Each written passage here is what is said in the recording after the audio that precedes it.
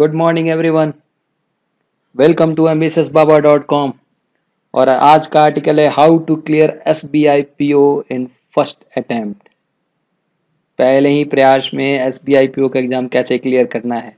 और ये 10 मिनट या 15 मिनट का जो भी एक छोटा सा वीडियो है, इसको आप देखिए और समझना है कि SBI PO क्लियर कैसे करेंगे पहले प्रयास में। ये आपको ये आर्टिकल समझने के बाद से आपका एक कंसेप्ट क्लियर होगा, आपके पास एक विजन आएगी कि कहाँ कहाँ कमी रह जाती है, कहाँ पे आपको और फोकस करना है और क्या स्ट्रेटजी बनाना है और क्या प्लान बनाना है। ठीक है, देखो सबसे पहले किसी भी चीज़ को तैयारी करने से पहले, किसी भी कम्पिटेटिव एग्जाम, अभी SBI PO के लिए स्पेसिफिक बात नहीं कर रहे हैं, किसी भी गवर्नमेंट एग्जाम के तैयारी के लिए आपको दो चीज़ें ध्यान देनी है। एक, आपका स्ट्रेटजी बहुत क्लियर होना है। स्ट्रेटजी बहुत क्लियर होना है। और जब भी मैं स्ट्रेटजी की बात कर रहा हूँ, स्ट्रेटजी का मतलब स्ट्रेटजी है और टैक्टिस। टैक्टिस और स्ट्रेटजी दोनों एक इंग्लिश के एक वर्ड है जिसका मतलब प्लानिंग होता है। लेकिन अंतर क्या है? स्ट्रेटजी एक लॉन्ग टर्म एंड द सोचा सोचा समझा विचार होता है। टैक्टिस आपका एक जल्दी रूप में लिया गया फैसला होता है। ठीक है, आपने क्या टैक्टिस अपना दिया। तो हम इस बार तैयारी जो है, आपकी जो पूरी जो वीडियो है वो बनाएंगे कि आपकी क्या स्ट्रेटजी होनी चाहिए एग्जाम के लिए, और उस स्ट्रेटजी से क्या प्लान होगा और उस प्लान से कैसे हम अचीव करेंगे अपने टारगेट को।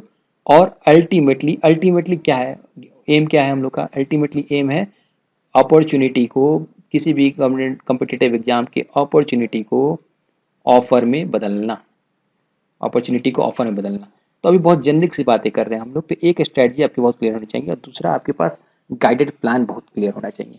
गाइडेड प्लान से क्या मतलब है मेरा, वो देखते हैं। ठीक है, पहले आप समझो, किसी भी एग्जाम की तैयारी करने के लिए आपके पास आपको चाहिए टाइम, आपको चाहिए डेडिकेशन और कमिटमेंट, और वो तब आएगा जब आप किसी चीज़ के लिए पैशनेट रहोगे। और तीसरा आपके पास होनी चाहिए गाइडेड स्ट्रेटजी। गाइडेड स्ट्रेटजी, ठीक है। ambitiousbaba.com का जो ये प्लान है वो आपका यहाँ पे टाइम भी देगा, आपको पैशनेट भी करेगा अपने इंटरेस्टिंग टॉपिक और आर्टिकल से और अपने वे ऑफ टीचिंग से। और गाइडेड स्ट्रेटजी तो आपकी रहेगी। ठीक है, स्ट्रेटजी हमेशा आपकी प्लान रहेगी। देखो बहुत सारे मेहनत होते हैं। एक टनल है, यहाँ ऑफर रखा हुआ है, यहाँ ढेर सारे स्टूडेंट्स हैं, बहुत सारे स्टूडेंट्स हैं, बहुत सारे स्टूडेंट्स हैं। ठीक है, और आपको यहाँ से इस पे जाना है। ये आपका एक सिंगल पे सारे स्टूडेंट जो भी तैयारी कर रहे हैं वो जो है इस वॉल को पुश करेंगे। इस वॉल को पुश करने से वो बाहर नहीं निकल पाएंगे। क्यों नहीं निकल पाएंगे? क्योंकि एक बनी हुई है, यही एक रास्ता है। ठीक है, जब आप अंदर की तरफ से इसके जाओगे, कोई स्टूडेंट्स अंदर की तरफ से जाएगा तो उसे देखिएगा, अरे यहाँ पे तो और भी बहुत कम्पिटेटिव माहौल है, बहुत सारे स्टूडेंट्स प्रिपरेशन कर रहे हैं। ये आपको या तो मोटिवेट करेगा या तो डिमोटिवेट करेगा। ठीक है, दोनों ही केस में। लेकिन ambitiousbaba.com या कोई भी गाइड कोचिंग का इंस्टीट्यूट आपको क्या करता है, यहाँ से एक प्लेटफॉर्म देता है और प्लेटफॉर्म के यहाँ से निकालने का रास्ता बताता है। ठीक है, ये प्लेटफॉर्म जो बनता है, ये जो गाइडेड रेल बनता है, ये एक एक्सपीरियंस से आता है, एक परफेक्टनेस से आता है। ठीक है, लर्निंग आपकी यहाँ होती है। लर्निंग आपकी कहाँ होती है? लर्निंग आपकी यहाँ होती है। ठीक है, और यहाँ पे आता है परफेक्टनेस। यहाँ आता है परफेक्टनेस। लर्निंग से परफेक्ट बनने की जो डिस्टेंस होती है वो कवर सिर्फ और सिर्फ प्रैक्टिस से होती है। सिर्फ और सिर्फ प्रैक्टिस से होती है। और ये प्रैक्टिस अब आप तब कर सकते हो जब आपके पास ज़्यादा से ज़्यादा टाइम हो। और ज़्यादा से ज़्यादा टाइम आपके पास कब होगा? जब आपके पास एक गाइडेड स्ट्रेटजी होगी। और गाइडेड स्ट्रेटजी आपके पास कब होगी? जब आपके पास कुछ एक्सपीरियंस के साथ बताया गया कोई भी प्लानिंग का तरीका होगा। जैसे ambitiousbaba.com आपके लिए गाइडेड स्ट्रेटजी बनाता है, आपको टाइम देता है। एक और इम्पोर्टेंट बात, अभी आगे बढ़ने से पहले थोड़ी सी चीज़ समझ लेते हैं। एक बहुत जरूरी चीज़ है, कोई भी क्वेश्चंस को अगर आप उसका सॉल्व करने के लिए अप्रोच देखते हो, खोजते हो, तो अगर आपको कोई क्वेश्चन नहीं आ रहा है, ठीक है, जिसको 45 सेकंड्स लेना था उस क्वेश्चन में, आपको क्वेश्चन समझ में नहीं आ रहा, तो आप क्या करते हो? आप उसे गूगल कर लेते हो या यूट्यूब कर लेते हो। गूगल कर लेते हो या यूट्यूब पे उसको क्वेश्चंस को सॉल्व करने की कोशिश करते हो। देखो आज के डेट में गूगल और यूट्यूब जो है, it's a considered as a ocean of knowledge. Ocean of knowledge, महासागर है आपकी ज्ञान का। ठीक है, लेकिन जहाँ पे ये ओशियन ऑफ नॉलेज होता है ना, जहाँ ये ओशियन होता है ना, वहाँ सबसे ज़्यादा डर होता है डूबने का। ड्रॉन। क्यों? क्योंकि आप जब इस 45 सेकंड क्वेश्चंस को सॉल्व करने के लिए जब आप गूगल और यूट्यूब करते हो और जब आप ड्रिल डाउन करते हुए जब आगे बढ़ते हो, तो आप जब इस क्वेश्चन को सॉल्व करने के बाद से जब समय देखते हो तो आप 2 आवर्स ऑलरेडी स्पेंड कर चुके होते हो। ठीक है, आपका 2 आवर्स 45 सेकंड क्वेश्चन को सॉल्व करने के लिए 2 आवर्स आपने स्पेंड कर दिया। तो आपका जो इसके पहले वीडियो में जब आपको समझा रहा था कि आपको टाइम चाहिए, वो टाइम आपका कंज्यूम हो रहा है। ठीक है, तो राइट हैंड साइड का जो पोर्शन जो भी मैं डिस्कस कर रहा हूँ, राइट हैंड साइड का पोर्शन जो भी मैं डिस्कस कर रहा हूँ, लेट अस डू, ambitiousbaba.com को ये पार्ट करने दो। आप क्या करो, आप सिर्फ अपना यूटिलाइज करो, time utilisation, time utilisation. Don't waste your time, don't waste your time. ठीक है, टाइम यूटिलाइज करो। और टाइम यूटिलाइज तब करोगे जब ambitiousbaba.com आपको एक गाइडेड प्लेटफॉर्म देगा और आपको एक सही आइडिया देगा, सही डायरेक्शन देगा। ठीक है, चलो अब बात करते हैं एसबीआई एग्जाम की। एसबीआई एग्जाम 3 फेज में होता है। एसबीआई एग्जाम के फेजेस आपको पता है। ठीक है, एसबीआई एग्जाम्स के फेजेस में सबसे पहला फेज आता है प्रीलिम्स। प्रीलिम्स प्रीलिम्स में क्या है, क्वांटिटेटिव एप्टीट्यूड होता है। ठीक है, और क्या होता है, रीजनिंग होता है और इंग्लिश होता है। ये आपको पता है ना कि एसबीआई के प्रीलिम्स के एग्जाम की जब तैयारी करने जाओगे, 100 क्वेश्चंस आपको 60 मिनट में सॉल्व करने होते हैं। 60 मिनट्स में सॉल्व करने होते हैं। एक क्वेश्चन पे कितना समय आता है, लेस देन 1.6 मिनट। ठीक है, इतने क्वेश्चन आए लगभग, इससे भी कम। अब आपका जो सबसे ज़्यादा स्पीड जो है प्रीलिम्स के एग्जाम में सबसे ज़्यादा जो जरूरी है वो आपकी स्पीड और एक्यूरेसी। स्पीड और एक्यूरेसी, किस स्पीड से आप करोगे, क्या कितने एक्यूरेट रह रहे हो आप, ये आपको डिटरमाइन करता है कि आप कितने ज़्यादा मार्क्स स्कोर करते हो और प्रीलिम्स क्लियर करते हो। ठीक है, प्रीलिम्स क्लियर करने के लिए जब भी आप क्वांट और रीजनिंग की बात हो, क्वांट और रीजनिंग आप क्या करोगे, आपको प्रैक्टिस से आएगा। और क्वांट और रीजनिंग के हमारे जो ambitiousbaba.com के जो टीचर हैं, उनका ये कहना है कि अगर कोई भी क्वेश्चन के लिए स्टूडेंट अगर 50 सेकंड से ज़्यादा लेता है तो अभी वो पूरे एग्जाम के लिए पूरी तरह से प्रिपेयर नहीं है। क्यों नहीं है, क्योंकि 50 सेकंड से ज़्यादा अगर आपका क्वेश्चन अगर एक क्वांट या रीजनिंग पे जाता है, इसका मतलब कि आप दूसरे क्वेश्चन का टाइम को किल करते हो, दूसरे क्वेश्चन की टाइम को किल करते हो। ये प्रैक्टिस कैसे होगा, क्वांट और रीजनिंग पे क्या क्या आपको करना होगा, आपको सिंप्लीफिकेशन बहुत तेजी से करना होगा, आपको एडिशन, सब्ट्रैक्शन, मल्टीप्लाई, डिवीजन, ये सब तेजी से करना होगा। ये सब आप कैसे करोगे, जब आपके पास एक एक एक पूरी स्ट्रेटजी हो, एक प्लान होगी आपके पास। और ambitiousbaba.com के आप क्वांट और रीजनिंग के चैनल्स के वीडियोस को देखिए एक बार, आपको समझ में आएगा कि कैसे आप अपने टाइम को बचा सकते हो और कैसे अपने प्रैक्टिस को बढ़ा सकते हो और कैसे अपने कैलकुलेशन को फास्ट कर सकते हो। ठीक है, ये हो गया। रीजनिंग में क्या, रीजनिंग में आपको बस 3-4 पजल्स करने होते हैं, 2-3-4 पजल्स होते हैं, सीटिंग अरेंजमेंट क्वेश्चन हुए या कुछ पजल्स हुए, आपको 15-20 क्वेश्चन प्रैक्टिस कर लो एकदम बिल्कुल। उस पर कंटिन्यूस एफर्ट करो, कंटिन्यूस एफर्ट करने के बाद से आपको पजल्स थोड़े से समझ में आने लगेंगे पजल्स का। हम लोग यूट्यूब चैनल पे भी वीडियो को कंसिडर कर रहे हैं, तो वहाँ से क्या होगा, आपका जो है रीजनिंग का एक तरीका बन जाएगा, आपकी एनालिटिकल अप्रोच बढ़ जाएगी। एनालिटिकल अप्रोच बढ़ना बहुत जरूरी है। ठीक है, एनालिटिकल अप्रोच बढ़ने से क्या होगा, आपके रीजनिंग के क्वेश्चंस जल्दी सॉल्व होने लगेंगे। देखो, सॉल्व करना प्रीलिम्स के लिए जरूरी नहीं है, सॉल्व जल्दी करना जरूरी है और सॉल्व सही करना जरूरी है। स्पीड और एक्यूरेसी अगर दोनों ही रहा, तब जाके आपका प्रीलिम्स जो है क्लियर हो जाएगा। ठीक है, प्रीलिम्स का। और इंग्लिश के क्वेश्चन से, इंग्लिश के क्वेश्चन के लिए कुछ नहीं, आप ambitiousbaba.com के आर्टिकल्स को या इंग्लिश के किसी भी हिंदी एडिटोरियल या किसी भी एडिटोरियल का वोकैब को बढ़ाने के लिए आप यूज़ कर सकते हो। और जैसे ही आपके प्रीलिम्स के पॉइंट ऑफ व्यू से जैसे ही आपका वोकैब क्लियर हुआ, आपकी इंग्लिश क्लियर हुई, आपका प्लीज जो है क्लियर हो गया फर्स्ट अटेम्प्ट में। हाँ, ambitiousbaba.com के सुमित सर जो इंग्लिश का चैनल ले रहे हैं, 65 डेज का स्ट्रेटजी प्लान जो है उनका, वो बहुत इफेक्टिव है आपके लिए। एक बार आप उसको समझ को एक वीडियो को देखो, वीडियो को देखने के बाद से आपको इंग्लिश कितनी सिंपल तरीके से समझी जा सकती है ये क्लियर हो जाएगा। ठीक है, मेंस एग्जामिनेशन की तैयारी प्रीलिम्स से इंटायरली डिफरेंट है, इनका इसका अप्रोच बिल्कुल ही अलग है। अब यहाँ पे आपको स्पीड से ज़्यादा मेहनत एक्यूरेसी पे करनी होगी। अगर आप 8 से 10 क्वेश्चन को सॉल्व कर ले रहे हो इसका और एक्यूरेसी 100% के साथ, तो आपके चांसेस प्रोबेबिलिटी जो है हाई हो जा रहे हैं। ठीक है, हाई हो जा रहे हैं। कैसे, अब इसको समझो एक बात को। प्रीलिम्स आपने क्लियर किया, तो जो एग्जामिनर जो आपका क्वेश्चन सेट करता है ना, उसे पता है कि आपने प्रीलिम्स क्लियर किया, तो अब आपकी कंसेप्ट जो है क्लियर है। ठीक है, फिर भी मेंस एग्जाम में आपको क्या चेक करते हैं, मेंस एग्जाम में आपका वो मेंस एग्जाम में आपका वो टाइम मैनेजमेंट और एनालिटिकल अप्रोच फर्स्ट चेक करते हैं। टाइम मैनेजमेंट और एनालिटिकल अप्रोच, देखो बहुत जरूरी बात है। सब लोग एग्जाम प्रिपरेशन करते हैं, सबको पता होगा क्या करना है, लेकिन किस तरीके से करना है ये बहुत जरूरी है। एनालिटिकल अप्रोच चेक करते हैं। अब एक बात बताओ, कोई एक क्वेश्चन है, पहला क्वेश्चन, फर्स्ट क्वेश्चन, वो बहुत टफ हो गया, और एक कोई इसको सॉल्व करता है 5 मिनट लेने के बाद से, 5 मिनट लेने के बाद से एक क्वेश्चन को सॉल्व कर लेता है, ठीक है। दूसरा वहीं पे दूसरा बंदा जो है इस क्वेश्चन को छोड़ देता है और उसके अलावा 3 और नए क्वेश्चंस को अटेम्प्ट करके सही कर देता है, ठीक है। अब ये बताओ, इसकी प्रोबेबिलिटी चांस से ज़्यादा, इसकी प्रोबेबिलिटी ज़्यादा है कि इसकी प्रोबेबिलिटी ज़्यादा है? देखो यहाँ कोई क्वेश्चन ही नहीं बचा है प्रोबेबिलिटी का, कोई प्रोबेबिलिटी नहीं है। इसकी कन्फर्मिटी 100% है कि इसका सिलेक्शन होगा एज कम्पेयर टू दिस, ठीक है। तो इसका मतलब मेंस एग्जाम में क्या तैयारी किया, आपका क्या चेक किया? मेंस एग्जाम में आपका वो चेक किया टाइम मैनेजमेंट और आपकी एनालिटिकल अप्रोच, ठीक है। क्वांट के लिए पहले आप क्वांट की बात कर लो। क्वांट के लिए आपके ambitiousbaba.com पे कंसेप्ट क्लियर होने चाहिए आपके मेंस के, ठीक है।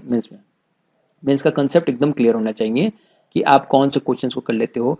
पजल्स में देखो, आप देखो, और पजल्स देखो, पजल्स आपके बहुत क्लियर होने चाहिए, ठीक है। रीजनिंग में पजल्स आपके क्लियर होने चाहिए, आपके क्वांट के क्वेश्चंस क्लियर होने चाहिए। और क्वांट या रीजनिंग कुछ भी हो, the most important topic of the main exam is data interpretation.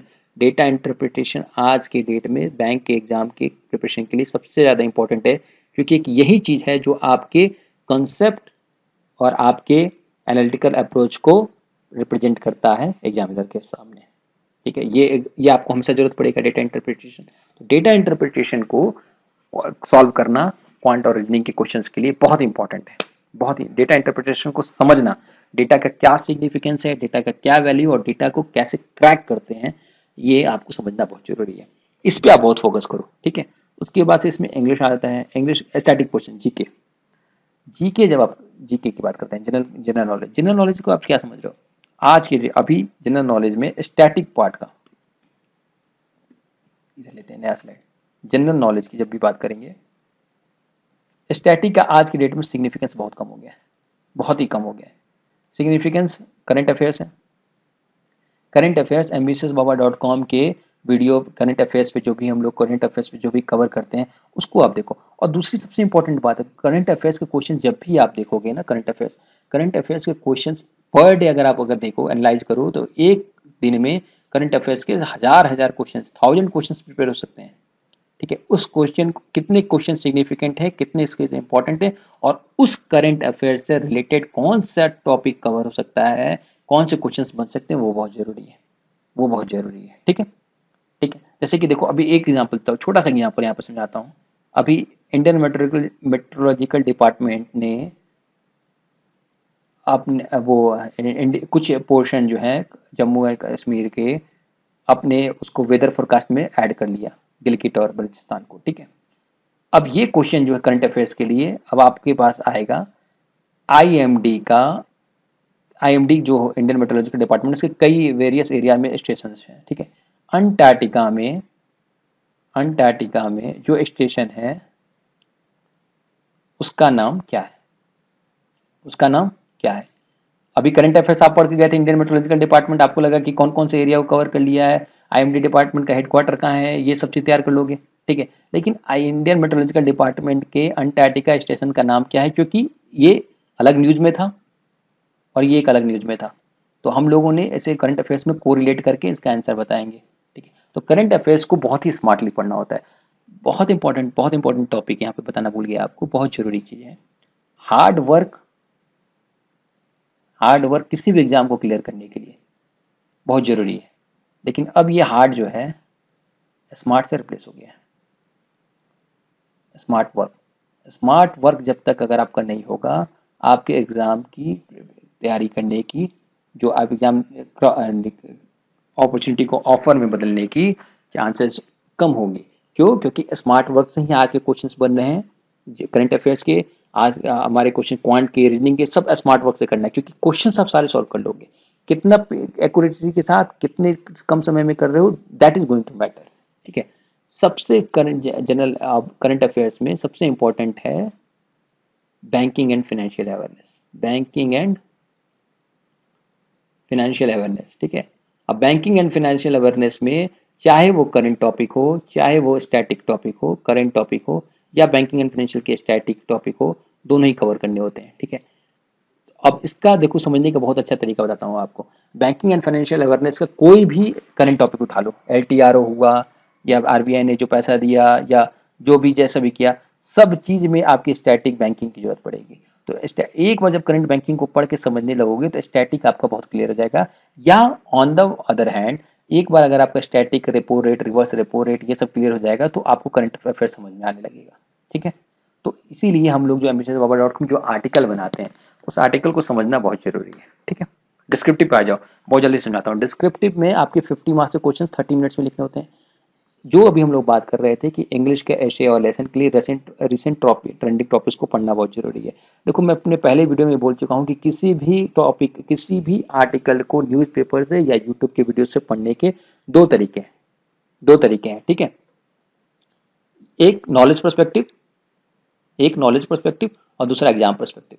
यहाँ पे जो नॉलेज पर्सपेक्टिव है, जिसकी मैं बात बार बार करता हूँ कि नॉलेज पर्सपेक्टिव से आपकी आइडियोलॉजी बननी चाहिए।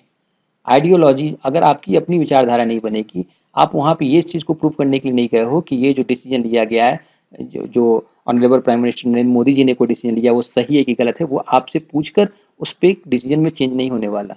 आपको यहाँ पे अपनी बस व्यू बतानी है, अपनी आइडियोलॉजी बतानी है, विचारधारा बतानी है कि आपके हिसाब से किस एक्सटेंट तक ये सही है, किस एक्सटेंट तक इस पे आप मतलब अगर इसमें कुछ कमियां दिख रही है या आपको कुछ भी प्रॉब्लम है तो आप अपना बस व्यू बताते हो, आइडियोलॉजी में होते हो, ठीक है। जब ऐसे लिखते हो तो सेम चीज आपका इंटरव्यू में भी बहुत, ग्रुप डिस्कशन में भी बहुत जरूरी होगा। आपको अपना यहाँ पर टॉपिक बताना है कि आपका व्यू क्या है, ठीक है। आपका उस पॉइंट, और ये व्यू कब बनेगा, जब व्यू बनेगा जब आप किसी एडिटोरियल्स को या किसी भी यूट्यूब के वीडियोस के आर्टिकल्स को जब आप रेगुलर फॉलो करोगे। आइडियोलॉजी बनने में समय लगता है, आपकी सोचने की एक शक्ति बनती है। वो कैसे बनेगी, वो पहले दिन बनेगी नहीं, दूसरे दिन नहीं बनेगी। आप जब किसी भी टॉपिक को पढ़ते रहोगे तब आपको, जब आप पढ़ोगे टॉपिक को तो आपके दिमाग में उसका एक विजुअल पिक्चराइजेशन होगा, ये ऐसे हुआ, ये ऐसे हुआ, तब आपको वहां पर समझ में आता है कि सही क्या है, गलत क्या है, या क्या होना चाहिए कंक्लूड करने के लिए टॉपिक को, ठीक है। तो बहुत जरूरी है। और मेन एग्जाम्स की स्ट्रेटजी में एक चीज और रह गया, आपको जब भी क्वांट का रीजनिंग का जब तैयारी कर रहे हो तो DI की जो मैं बात किया हूँ उसमें जो केसलेट DI है, caselet DI, this is very important. और ये हम लोग के यूट्यूब के चैनल्स पे आप ये देखोगे, इसके बहुत सारे वीडियोज आने वाले हैं या आए हैं। ये बहुत इंपॉर्टेंट है केसलेट DI, तो इसको आप कवर करोगे मेरे एग्जाम्स में, ठीक है। फिर आता है इंटरव्यू टिप्स एंड ट्रिक्स। देखो इंटरव्यू के टिप्स एंड ट्रिक्स का मैं एक अलग से पूरी वीडियो बनाऊंगा, 20 मिनट का, 20 मिनट्स का। और हो जरूरत पड़ने पे हम लोग मॉक इंटरव्यू भी लेंगे और और आपके कोई भी क्वेश्चन डाउट्स को वहाँ क्लियर करेंगे, क्योंकि ये एक बहुत ही अच्छा टॉपिक है, बहुत ही इंपॉर्टेंट है इंटरव्यू। इंटरव्यू में दो चीज़ें ध्यान देनी, सिर्फ दो चीज़ें ध्यान देनी। एक, आपका कंटेंट क्या है, मतलब क्या बोलना है, व्हाट टू स्पीक। दूसरा क्या है, आप बोलोगे कैसे, हाउ टू स्पीक। व्हाट और हाउ में ही टोटल इंटरव्यू हो जाता है, व्हाट और हाउ में ही टोटल इंटरव्यू हो जाता है। अगर आपके पास कंटेंट अच्छा है लेकिन डिलीवरी का मोड अच्छा नहीं है तो आपकी प्रोबेबिलिटी फिर कम हो गई 50%। अगर आपका डिलीवरी बहुत अच्छा है लेकिन आपके पास कंटेंट ही नहीं है फिर आपकी 50 हो गई। लेकिन अगर आपकी कंटेंट 40 है और डिलीवरी वे आपका 40 है तो 80 इज ऑलवेज ग्रेटर देन 50, आपके चांसेस प्रोबेबिलिटी सिलेक्शन के बढ़ जाते हैं। Be attacking rather than defensive. क्या मतलब है इसका, be attacking rather than defensive. अगर आपको कोई टॉपिक दिया जा रहा है, आपकी अगर आइडियोलॉजी पूछी जा रही है तो आप उसे पूरा कॉन्फिडेंटली एक्सप्लेन करो। यहाँ अटैकिंग का मतलब be confident whatever you say and don't give the false information, give data with some facts and figures, hold your nerves. एक एक कॉम्पिटिटिव एग्जाम के जितने भी इंटरव्यूअर्स होते हैं, जितने भी इंटरव्यू देने के लिए जो स्टूडेंट पहुंचते हैं, सब जो है नर्वस होते हैं। जो उस नर्व्स को होल्ड कर लेता है वो क्वालिफाई हो जाता है। नर्व्स को होल्ड करने का मतलब, नर्व्स होल्ड करके you just present what you are. You don't have to prove that you know this, you know that, ऐसा कुछ भी नहीं है। आप अपने आप को अगर पूरा 100% अगर प्रेजेंट कर दिए, you are going to be selected. बस आपको 110 भी नहीं, अपने में 10% भी एडिशन नहीं करना है। नर्व्स नर्वस होने से होता क्या है कि आदमी अपना 100 का 50 भी नहीं दे पाता है। आप अपने नर्व्स को होल्ड करो और 100 से 100 दे दो, आप बाकी जो भी कंपटीटर हैं आप उससे एज पा गए, ठीक है, और यहाँ पे आपका सिलेक्शन हो गया, ठीक है। लैंग्वेज बैरियर किसी भी एग्जाम के लिए लैंग्वेज बैरियर नहीं है, किसी भी एग्जाम के लिए लैंग्वेज बैरियर नहीं है। Be comfortable what you are, आप जो भी लैंग्वेज में कंफर्टेबल हो आप वो उस पे स्टिक करो और आप उसी लैंग्वेज में इंटरव्यू को करो। और वैसे भी इंटरव्यू पे पूरी पूरी हम लोग एक नया वीडियो बनाएंगे, ड्राइव द कार। इसका क्या मतलब है, जैसे कि यहाँ पे लिखा हुआ है ग्रेजुएशन और पोस्ट ग्रेजुएशन के सब्जेक्ट को अगर आप सही से बता देते हो डोमेन सब्जेक्ट को तो इंटरव्यूअर इंप्रेस हो जाता है। क्या मतलब इसका, देखो अगर आपसे मैं कुछ पूछता हूँ कि आपके फेवरेट सब्जेक्ट क्या थे बीटेक में या ग्रेजुएशन में, तो आप कुछ सब्जेक्ट बोलोगे डेटा स्ट्रक्चर या बोल दोगे मैकेनिकल इंजीनियरिंग, तो इतना तो आपको समझ में आना है, इतना तो सामने वाला भी समझता है कि जैसे ही आप ये बोलोगे अगला क्वेश्चन उसी से बन जाएगा, ठीक है। तो ड्राइव द कार क्या मतलब है कि आप वही बोलोगे जो कि आपको पता है। अब आप स्टीयरिंग व्हील पे हो, आप स्टीयरिंग व्हील के सामने हो, अब आप ड्राइव कर रहे हो, ड्राइव करो इसका मतलब कि आप उसी उसी चीज़ का यूज़ करोगे जो जो चीज़ आप चाहते हो कि आप जिसमें कॉन्फिडेंट हो, जिसमें आप हाईलाइट करोगे तो उन्हें भी लगेगा कि हाँ इसमें आगे बढ़ सकते हैं। और जैसे जैसे आपका एक स्टेप बढ़ते जाएगा आपको कॉन्फिडेंट गेन होते जाएगा और इंटरव्यूअर को आप पे कॉन्फिडेंट गेन होते जाएगा, ठीक है। पूरा इंटरव्यू आप ड्राइव कर लिए, पूरा इंटरव्यू आप ड्राइव कर लिए और आप जो है पूरा इंटरव्यू आप कॉन्फिडेंट कर लिए और आपने जो है क्रैक कर लिया एग्जाम को, ठीक है। चलो अब बहुत इंपॉर्टेंट चीज़ है, टेलीग्राम चैनल हमारा ज्वाइन ambitiousbaba.com को ज्वाइन कीजिए। इसके जो करंट अफेयर्स हैं, आर्टिकल्स हैं, इंग्लिश के हैं, क्वांट के हैं, रीसेंट आर्टिकल, ट्रेंडिंग टॉपिक्स, ये बहुत इंपॉर्टेंट है आपके लिए, जो आपको क्लियर कर देगा, ठीक है। डेली करंट अफेयर्स का इंस्टाग्राम पे इसको फॉलो कीजिए। करंट अफेयर्स में हमारे करंट अफेयर्स में जो भी मैंने बात की कि करंट अफेयर्स और उसके रिलेटेड टॉपिक्स और उससे होने वाले प्रोबेबल क्वेश्चंस, ये सब चीज़ें हम लोग कवर करेंगे। रिलेटेड क्वेश्चंस और जितने भी प्रोबेबल क्वेश्चन बन सकते हैं वो कवर कर लेंगे। डेली करंट अफेयर्स का ambitious.com का एंड्रॉइड पे ऐप भी आ गया है, गूगल प्ले पे इसको डाउनलोड कर लीजिए। इससे आपको सारा इन्फॉर्मेशन मिलते रहेगा, न्यूज़ मिलते रहेगी, अपडेटेड रहोगे आप। और उसके बाद मोस्ट इंपॉर्टेंट, जैसे देखिए हमारी जो फैकल्टी है, टॉप फैकल्टी जो having a lot of experience, ठीक है। सुमित सर इंग्लिश का, इनका कहना है कि इंग्लिश अगर आप इनका एक वीडियो देखो you will start loving English. Shampy ma'am है, इनका करंट अफेयर्स में क्या करंट अफेयर्स है, उससे क्या रिलेटेड क्वेश्चंस बनेंगे, क्या प्रोबेबल क्वेश्चंस बनेंगे, सब कुछ ये कवर करेंगे। गणेश सर हैं, गणेश सर आपको कहते हैं कि 50 सेकंड्स के अंदर अगर आप कोई क्वेश्चन को सॉल्व नहीं करते हो तो अभी आप कॉम्पिटिटिव एग्जाम के लिए प्रिपेयर नहीं हो। तो अगर आपको अभी ये पूरा आर्टिकल क्या है कि हम लोग फर्स्ट अटेम्प्ट में कैसे SBI PO निकालेंगे, फर्स्ट अटेम्प्ट में ऐसे निकालेंगे कि ये जो हमारे जो कलेक्टिव एफर्ट्स हैं, ये जो कलेक्टिव एफर्ट्स हैं हमारे सबके तरफ से, ये 15 ईयर्स एक्सपीरियंस ट्रेंडिंग टॉपिक्स के बारे में बताएंगे आपको। इससे रिलेटेड क्या जनरल अवेयरनेस के क्वेश्चंस बन सकते हैं वो हम लोग यहाँ पर लिस्ट आउट करेंगे आपसे, ठीक है। तो ये जो कलेक्टिव एफर्ट्स होगा यूट्यूब पे चैनल पे आप सब्सक्राइब करो, यूट्यूब क्लासेस को फ्री है उसे देखो, तब आपका जो है एक कंसेप्ट, एक विजन एक क्लियर हो जाएगा। और मेन आपका जो सबसे टूल है पूरे एग्जाम को एक बार में क्लियर करने का, वो है सिर्फ और सिर्फ प्रैक्टिस। अब मैंने पहले ही बता दिया, एक बार फिर से मैं यहाँ पर रिपीट करता हूँ कि प्रैक्टिस तभी होगा जब आपके पास टाइम होगा, और टाइम आपके पास तभी होगी जब आपके पास गाइडेड स्ट्रेटजी होगी, क्योंकि आपका टाइम बचेगा ना, टाइम बचेगा तो टाइम यूटिलाइज होगा ना। Time save is equal to time earned, जितना भी टाइम आपने बचा लिया उतना ही टाइम आपने कमा लिया। Time saved is equal to time earned. और यहाँ पे सबसे इंटरेस्टिंगली बात क्या है कि टाइम सेव होगा ambitiousbaba.com की तरफ से और टाइम कमाओगे आप लोग, ओके। सो चलो बहुत अच्छा है, अब आप कीप गोइंग, प्रैक्टिस करते रहें। कोई भी डाउट हो ambitiousbaba.com के पास की फैकल्टी टीम मेंबर मैनेजमेंट के पास पहुंचे, हम लोग we will try to make a good video for each and everything so that your journey will be very effective. आपकी जो जर्नी है इस प्रिपरेशन की फर्स्ट अटेम्प्ट में SBI PO को क्लियर करने की, वो हमारे गाइडेड प्लेटफॉर्म से हमारे टॉप फैकल्टी के गाइडेंस के अंदर बहुत ईजिली कवर होगा। Okay great, thank you.